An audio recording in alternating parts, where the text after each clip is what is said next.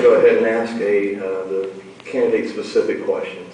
And I'm going to start with you, Mr. Murray, because you talked about zero tolerance and these type of issues.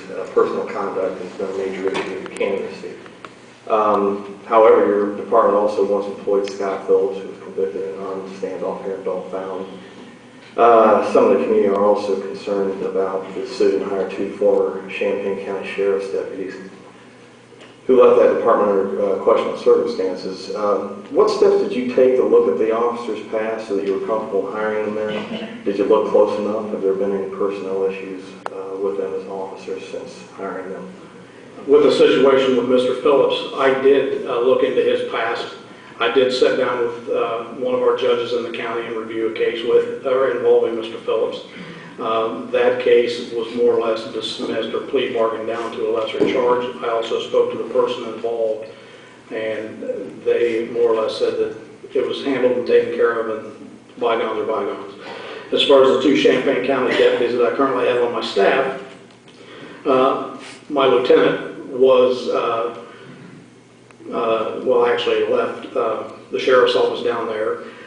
In doing his background check, I did make contact with the prosecutor's office, the city prosecutor's office, and I personally spoke with their chief deputy at the time as well as their sheriff, and all 4 of them advised me that there was nothing proceeding or nothing going forward with him at all, and they all gave him a thumbs up and a good recommendation to be an employee of mine. The other officer that came from Champaign County directly went to the DeGraff Police Department prior to coming to me, and I also got a thumbs up from all the people involved down there that were involved in that situation as well. So I do take time to do those background checks, and in time I've learned how to do those more thoroughly, and I will continue to do that as a practice if elected Logan County Sheriff. Okay, thank you. Mr. Smith, your question. You spent your entire career in Logan County Sheriff's Office, and some in the community feel that maybe nothing will change if you're elected as sheriff. Why should people trust that it will be different under your leadership? And that's a fair question. When we sat down and my wife and I discussed this whole process last year, that was one of the things that really stuck out with us. And I understand that that's a legitimate question that I would have if I was a voter. Let me assure each one of you, I am an honest person. I am a trustworthy person. I'm a very black and white person. I will do what I say.